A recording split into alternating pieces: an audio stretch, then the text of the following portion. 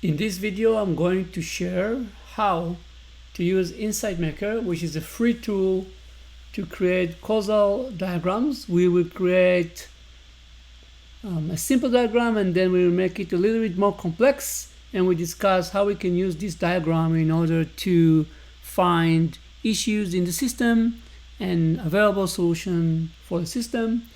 So that's what you're going to see when you are going to log in into Insight Maker. It's insightmaker.com. After you log in, you will see the screen. You have to log in, and then you can use the create new insight button, which is on the top here. It takes a little bit time, it's rolling, but eventually you're going to see the screen. Okay, so this is how it looks like. The first thing that we want to do is to clear the working environment, and we are doing it by using the yellow button on the top. It says clear. We have like two main panes. This one is for working, the white canvas, and here you're going to see any type of data or properties of elements. We're going to minimize it right now because we are not going to use it right now. So this is the working environment. It's pretty simple. The first thing that I will do is do save and give it a name. What we are going to do is actually to show the classical problem of SS&P. So let's say SS&P, which stands for sourcing and procurement part, like issue, problem. That's the best. You can do it public, you can do it private. Let's go private and save. And that will create a working environment where we can start working. So the next step is to think what we want to do. And in this particular scenario, what we are going to do is we are going to capture a classical flow between externals that required legal or contracts in order to work with them. We will have the marketing department as the department who are going to initiate the relationship with the externals, and then request the SS&P group to execute the contract on their behalf. SS&P are going to involve HR and legal. We're taking assumption that each and every contract that we are talking about required people on site, and therefore HR needs to be involved. And those are the main players in this scenario: externals, marketing, SS&P, HR, and legal. Pretty simple scenario. And before we are starting to capture the scenario, I'm going to do a little bit of preparation. We are going to use some image along the way and some text. So first of all, I'm going to create the image and the text. So Control and right click, create this menu, and I'm going to do create picture. And after the picture will be created, right click and then primitive pictures built in, and we are going to use the balancing loop in case that we have a balancing loop. Then another time create picture. Don't ask me why stuff are creating one way or another. I wasn't the one who created the tool. So this is a positive reinforcing loop that I'm using all the time. And now we're going to select the negative, primitive, within image, use the negative, a bit of order. Next one is going to be, so we are going to have a delay. So I want to show any kind of image, like I think we have a watch or a clock here or something along those lines that we can use to depict a delay in the system. And scroll down, here it is. Okay, we want to add text, because any type of causal relationship needs to have a negative or a positive impact. It's coming automatically. We underline. The way to fix it is right click again and control and right click, and then you can take the underline. Don't mess with two big boxes, it creates problems. And then I can just do Control C, Control V, and change it to a plus. And I think that I have now all the basic ingredients that I need in place in order to keep on working. So now let's start to put the element in the system. We call them variables, and if you go to add primitive, you see that you do have variable and you can add a variable. So let's go by the flow. First of all, add all the variables and then started to do the causal relationship between them. So the first one is going to be externals.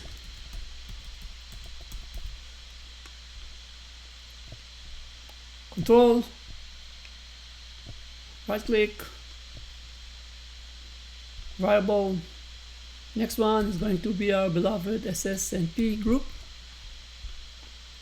Next one, variable, it's going to be HR. And next one, it's going to be legal. And that set up the scenario with all the main participants in the picture right now. We can move forward. The next step is create relationship between them. In order to create relation between them, you need to go to the top of the window and change the double option here from a flow to link. If you change from a flow to link and you hover on top of a variable, you see an arrow, and if you drag the arrow and pull it, it will create a link. If you want to change the link, you do shift and click, it creates another point, and now you can a little bit intentionally do it ugly, but just to show you that you can do it in multiple ways. Okay, so that's one relationship. Now we know for sure that SS&P is going to use HR, and let's give it a little bit of space. And SS&P are going to use or going to cause changes on legal by sending them contracts to review. And it's a little bit messy, so let's move those guys over here, move this guy over here. Yep. Okay, so that's the basic. Now we know that everything that we are going to do is going to be bidirectional. So if SS&P causing legal or impacting or causing legal work by sending contract to review, after legal finish their work, they are going to send back a review contract or comments to SS&P, which create now a cause or change, or will cause SS&P to do work on their side, or replying back, or keeping on executing the contract. And the same thing, the same relationship we will see with HR. So SS&P will send HR. They will send HR element to review, or documents or contract to review. HR will do the work, and then HR will reply back one way or another, and that will or enable SS&P to keep on working, or will cause SS&P to do extra work and then send it back to HR. And once SS&P got green light from both legal and HR, they can do their own work, and then when they've done, we're missing element, they can go back and call marketing. So I missed marketing, so externals are actually here, and create variable, then marketing,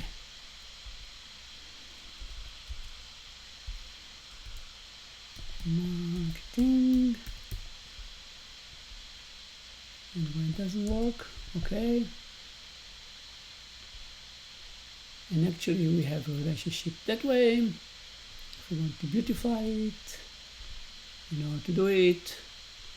This guy goes that direction, a request, and when SS&P done, they are going to hand it back. And now we can see how everything is tied together. What are all the relationship between those two elements? Nice and clear. The second step, or the next step, is to define what type of relationship. So every line that you see here could have a positive cause or a negative cause. So let's start just with the internals. We leave externals aside just as initiator. So when marketing sends something to SS&P, they creating work on SS&P. SS&P get the work, and now SS&P started to move the work to legal and HR. SS&P send stuff to legal. Obviously, legal has more to do than just support SS&P, or they're already supporting a long list of SS&P. So there is a queue in legal. So let's first of all depict visually here that we have a queue. No need.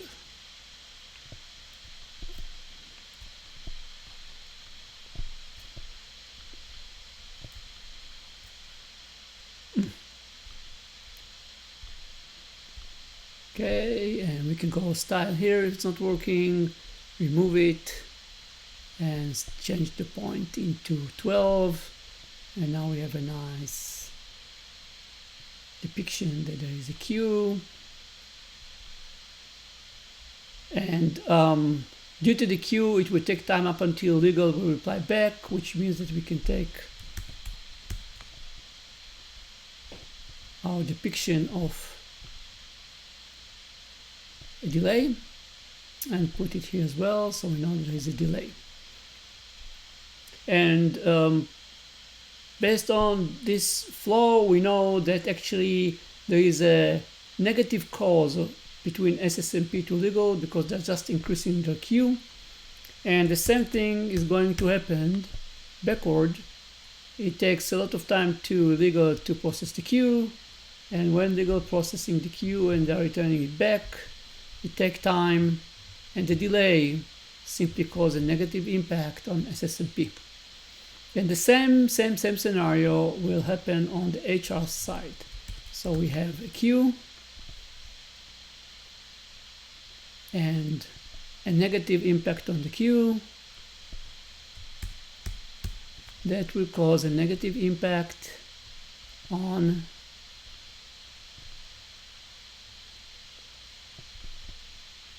SS&P, and those two are regretfully negative, completely negative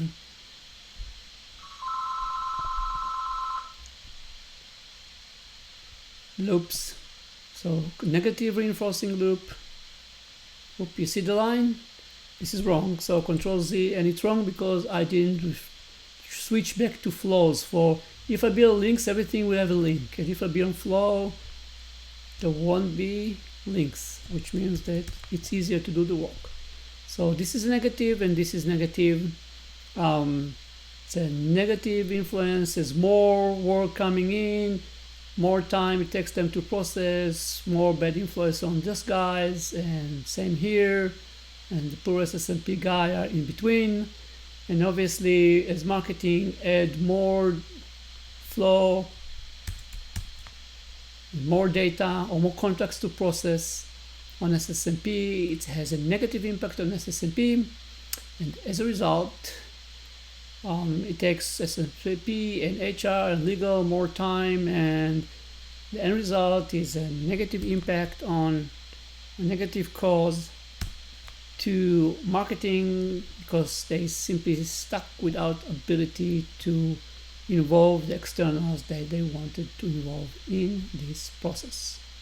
So just a little bit of order again. Okay, so this is also a negative reinforcing loop, and you can see very nicely that there's a problem here. Definitely. Now let's take it a little bit step further and dive in to understand how the problem is even more complex than this one. And to do that, let's add another variable, and let's call it SS&P perception, or if we want to measure it, net promoter score. And here, obviously, we'll see something even a little bit more worrisome. So first of all, back to link. Now I can draw a line. So HR has a negative impact on the net promoter score. I think I need to play with the line right now. And legal obviously has also a negative contribution to the SSM and NPS score of, here I need to, yeah, here we go. Both SS&P and legal takes more time, and since it takes them more time to process what SS&P requests and other stuff that are being asked to do, it has negatively impact on SS&P. When your perception is bad, it's definitely have negative impact on you, which feed negativity, and voila, we have here another, actually 1 and 2 reinforcing loops, negative reinforcing loops.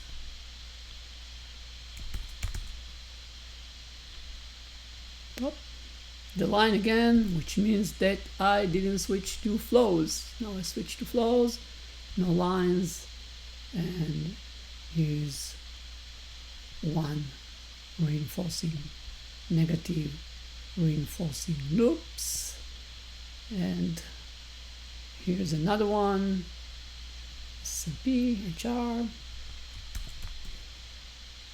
So very healthy environment. Now, in order to see the complexity in a little bit more detail, we weren't going to add here all the department that SS&P support, but let's definitely add IT, because this is another department that generates a lot of requests to SS&P. And we are going to see the same relationship. We need to switch to links. So IT to SS&P, shift click, make it a little bit nicer, take this minus, Control C, Control V, here it is, and SS&P, back to IT, same ID, shift, click, right click, sorry, back, still have the minus here. And obviously that's another negative reinforcing loop. Again, if you don't move to flows, you're creating extra lines. Okay, so what we can see pretty easily here is that we can have here more department. As more department we are going to have here on top of marketing IT, we are going to have more and more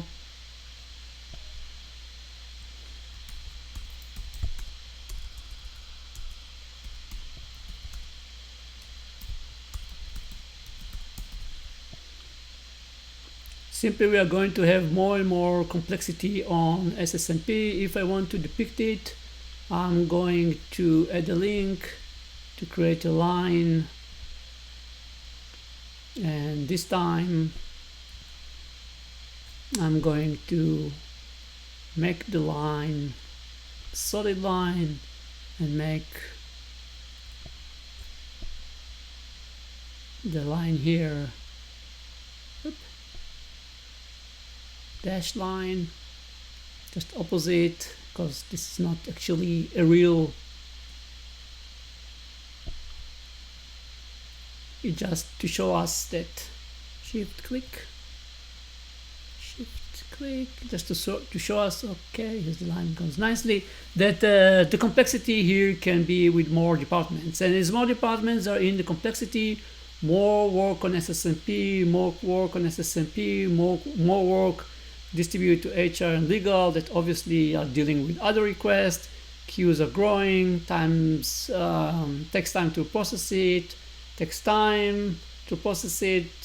people are waiting here, and SS&P perception is going to the trash. Pretty bad situation to be in. So obviously the first solution that people will think is to take SS&P and let's fix SS&P because SS&P is wrong. And they might replace the head of SS&P, they might hire more people to help SS&P. It won't going to resolve the problem. Some people think that they're going to break SS&P and add it to marketing and IT. It's not going to help as well. The problem sits here and here, and there's nothing you can do unless you're going to get into HR and legal and find a way how to ease the queues here and the queues here. Now, honestly, the queues on HR and the queues on legal are a result of risk averse. Both of those departments are to protect the company, and if each and every contract needs to go through them, that's a problem. The only solution that is probably applicable here is to give the department here, the marketing, the IT, the mod department, those guys, the ability to review contracts based on very strict guidelines that this company, the legal and HR will bring them. And if everything is compliant with the legal and HR, the contract shouldn't flow to legal and HR, it should be executed. But if anyone in marketing or IT or the mod department see any problem, then it needs to be pushed to HR and legal. Yes, you're taking more risks, but this is the only way to resolve this issue, because once you take the review from legal and you move it to marketing or IT or to other departments, then you're going to reduce the queue here. And once you reduce the queue here, you might be able to turn this loop and that loop into a balancing loop, or at least into balancing loop. And once you manage to remove it, switch it to a balancing loop, everything will be stabilized, and a lot of negative will change into balancing loop, and eventually the perception of SS&P might be even turned into a reinforcing positive loop. So that's all. That's how you can use causal diagram. Pretty easy to draw them, not so complex, pretty easy, the logic behind them. But as you can see, they are pretty powerful to see how your organization is running, what are the systematical problem within the system, and you can even try to think how you're going to resolve it and depict how it's going to help you in the future, how it's going to pan out. In order to understand that in more detail, next time we are going to do a session or several sessions, because this is a little bit more complex, or much more complex actually, about flows. And flows takes those diagrams and break them into actual flow in the system that you can actually run a simulation and see how the system behaves before you're making changes, after you're making changes, and we are going to cover everything in the future videos. That's all. Thank you. I hope that was helpful. Thanks and bye.